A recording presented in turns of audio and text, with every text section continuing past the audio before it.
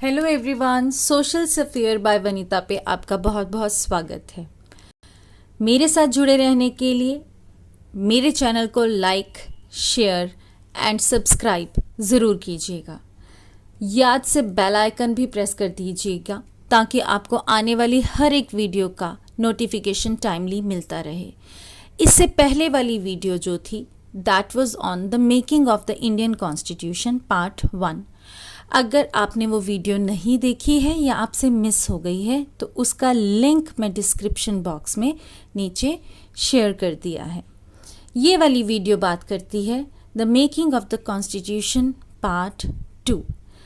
इस वीडियो में हम बात करेंगे working of the constituent assembly के बारे में कि किस तरह से कॉन्स्टिट्यूएंट असेंबली की नज़र थी in making a great constitution for the country. Remember, eminent personalities थी जिन्होंने अपना माइंडसेट यूज़ किया और हमें एक बहुत अच्छा कॉन्स्टिट्यूशन दिया, लेकिन उससे पहले बहुत सारी स्टेजेस से वो लोग पास हुए। Working of the constituent assembly में सबसे पहले मीटिंग जब इसकी हेल्ड हुई वो हुई ऑन 9 दिसंबर 1946। इस पहली मीटिंग में बहुत मेजर डिसीजंस को लिया गया, लेकिन इस मीटिंग में मुस्लिम लीग ने बायकॉट किया, जो कि फर्स्ट मीटिंग थी। क्यों?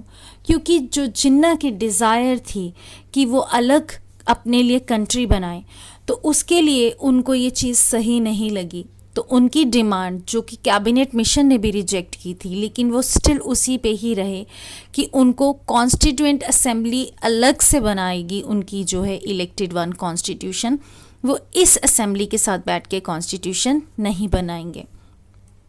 इस फर्स्ट मीटिंग को अटेंड किया 207 मेंबर्स ने, और जो मेजर डिसीजन एक और लिया गया कि डॉक्टर सच्चिदानंद सिन्हा को इसका टेम्परेरी चेयरमैन इलेक्ट किया गया।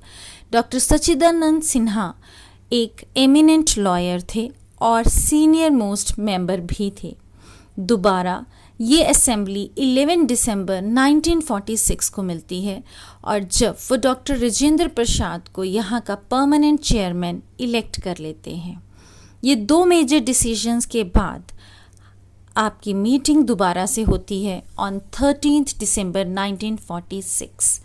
ये वो दिन था जिस दिन ऑब्जेक्टिव रेजोल्यूशन को पास किया गया। ऑब्जेक्टिव रेजोल्यूशन मतलब कि हमारा ऑब्जेक्टिव क्या है इस मीटिंग में आने का, या हम क्या विजन रखते हैं कि हमारा देश कैसा होगा। इस ऑब्जेक्टिव रेजोल्यूशन को पंडित जवाहरलाल नेहरू ने हाउस में इंट्रोड्यूस किया। इसमें सबसे पहली और इम्पॉर्टेंट बात जिस पे उन्होंने ज़्यादा जोर दिया वो था इंडिपेंडेंट सॉवरेन रिपब्लिक। नेहरू ने इस बात के ऊपर विचार दिया कि भारत को एक सॉवरन नेशन, रिपब्लिक नेशन बनाया जाए। सॉवरन क्या होता है? मतलब कि अब मेरा देश कब कोई भी किसी भी बाहरी ताकत के अधीन नहीं है, किसी के कंट्रोल के अंडर नहीं है। मैं अपनी कंट्री के लिए खुद रूल्स एंड रेगुलेशंस बना सकता हूँ, उसको रन कर सकता हूँ अकॉर्डिंगली।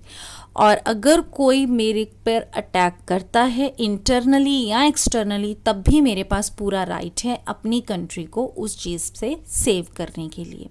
तो इंडिया ने डिक्लेयर किया कि जब भी हम आज़ाद होंगे तो हम एक इंडिपेंडेंट, आज़ाद, सॉवरन रिपब्लिक, यानी यहाँ का जो हेड है वो इलेक्टेड होंगे, इस तरह का नेशन बनाएंगे।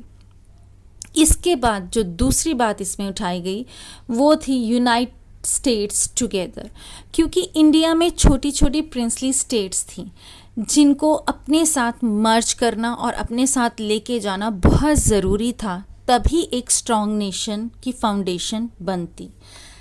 इम्पॉर्टेंटली इसमें बात की गई about equality, equality of social equality, मतलब सोसाइटी की इक्वालिटी। कोई भी सोसाइटी में बड़ा या छोटा नहीं, अमीर या गरीब नहीं, सबको एक ही हायरार्की पे रखा जाएगा। Equality in terms of justice, law के आगे, जस्टिस के आगे भी सब इक्वल हैं। Equality in terms of economy, हर किसी को कमाने का पूरा पूरा हक है अगर उस पर्टिकुलर जॉब के लिए वो क्वालिफाइड हैं। और इसके बाद इक्वालिटी की बात की गई इन टर्म्स ऑफ पॉलिटिक्स।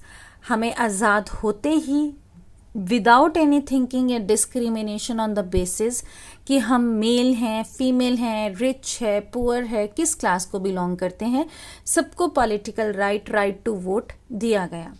इसके बाद भरपूर जोर दिया गया on the thing to promote the world peace. हमारी धरती का इस्तेमाल टेरर फैलाने के लिए नहीं बल्कि वर्ल्ड पीस को प्रमोट करने के लिए किया जाएगा। फिर हमने बात की इंटीग्रिटी ऑफ द कंट्री। जितनी भी टेरिटरी के अंदर जगहें हैं, चाहे वो प्रिंसली स्टेट्स हैं, चाहे वो इंडिपेंडेंट स्टेट्स हैं, अपनी मर्जी से आके इंडिया के साथ मर्ज होंगी, वो सब के सब इंडिया का इंटेग्रल पार्ट बन के रहेंगे। किसी भी हाल में कोई भी एरिया हमसे अलग नहीं होगा, चाहे कैसे भी मीन्स हमें यूज़ करने पड़े, हमें अपनी कंट्री की इंटीग्रिटी को बनाकर रखना पड़ेगा।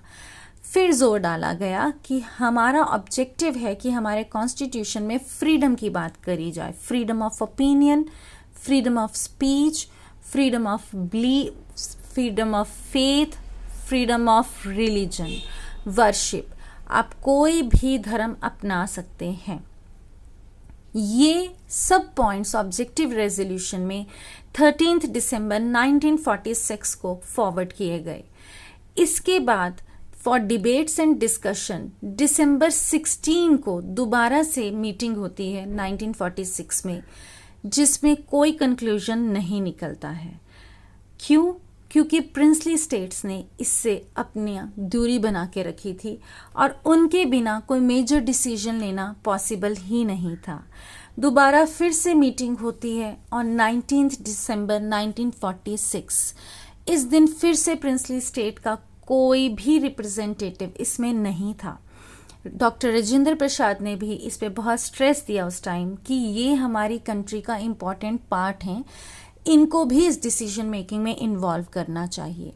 वहीं जवाहरलाल नेहरू ने भी एश्योरेंस दी कि कॉन्स्टिट्यूशन बन जाने से या हमारे सॉवरन हो जाने से उनकी जो डायनेस्टिकल हायरार्की है कि अपनी पोस्ट, अपना एम्पायर आगे वो किसको सौंपेंगे, उस पे कोई भी खतरा नहीं है। गवर्नमेंट ऑफ इंडिया सिर्फ उनको अपना एक पार्ट दिखाएगी, उनके डायनेस्टिकल हायरार्की में हमारा इंटरफेरेंस नहीं रहेगा। वो जिस तरह से चलाते आ रहे हैं वैसे ही चलाएंगे। लेकिन फिर भी इस पे कोई डिसीजन मेड नहीं किया गया, तो इस रेजोल्यूशन को पोस्टपोन कर दिया गया। दोबारा इस रेजोल्यूशन को पिकअप किया गया ऑन 21 जनवरी 1947। इस दिन फिर से इसके ऊपर डिबेट और डिस्कशंस की गई। अब भारत आज़ाद हो चुका था और हमारे सामने विजन बिल्कुल क्लियर था कि हमें आगे फ्यूचर में कैसा कंट्री चाहिए, और इसके ऊपर फाइनल डिसीजन लिया गया ऑन जनवरी 22, 1947। इस रेजोल्यूशन को बिना किसी ऑपोजिशन के जनवरी 22, 1947 को पास किया गया। इस रेजोल्यूशन का इम्पॉर्टेंस ये थी कि इसमें डिस्कस किए गए इम्पॉर्टेंट पॉइंट्स हमें हमारे कॉन्स्टिट्यूशन शेप करने में बहुत हेल्पफुल थे और हमारे प्रियम्बल को भी मॉडिफाई किया गया। हमारे प्रियम्बल में उन सब चीज़ों को ऐड किया गया जिनको हम चाहते थे कि हमारे कॉन्स्टिट्यूशन में इंक्लूड किया जाए और उसको एक स्ट्रॉन्ग फाउंडेशनल कॉन्स्टिट्यूशन बनाया जाए। इसी तरह की और वीडियोस देखने के लिए मेरे इस चैनल को लाइक, शेयर और सब्सक्राइब ज़रूर कीजिएगा। तब तक अपना बहुत ध्यान रखिएगा। जल्द ही मिलते हैं making of the constitution part 3 के साथ।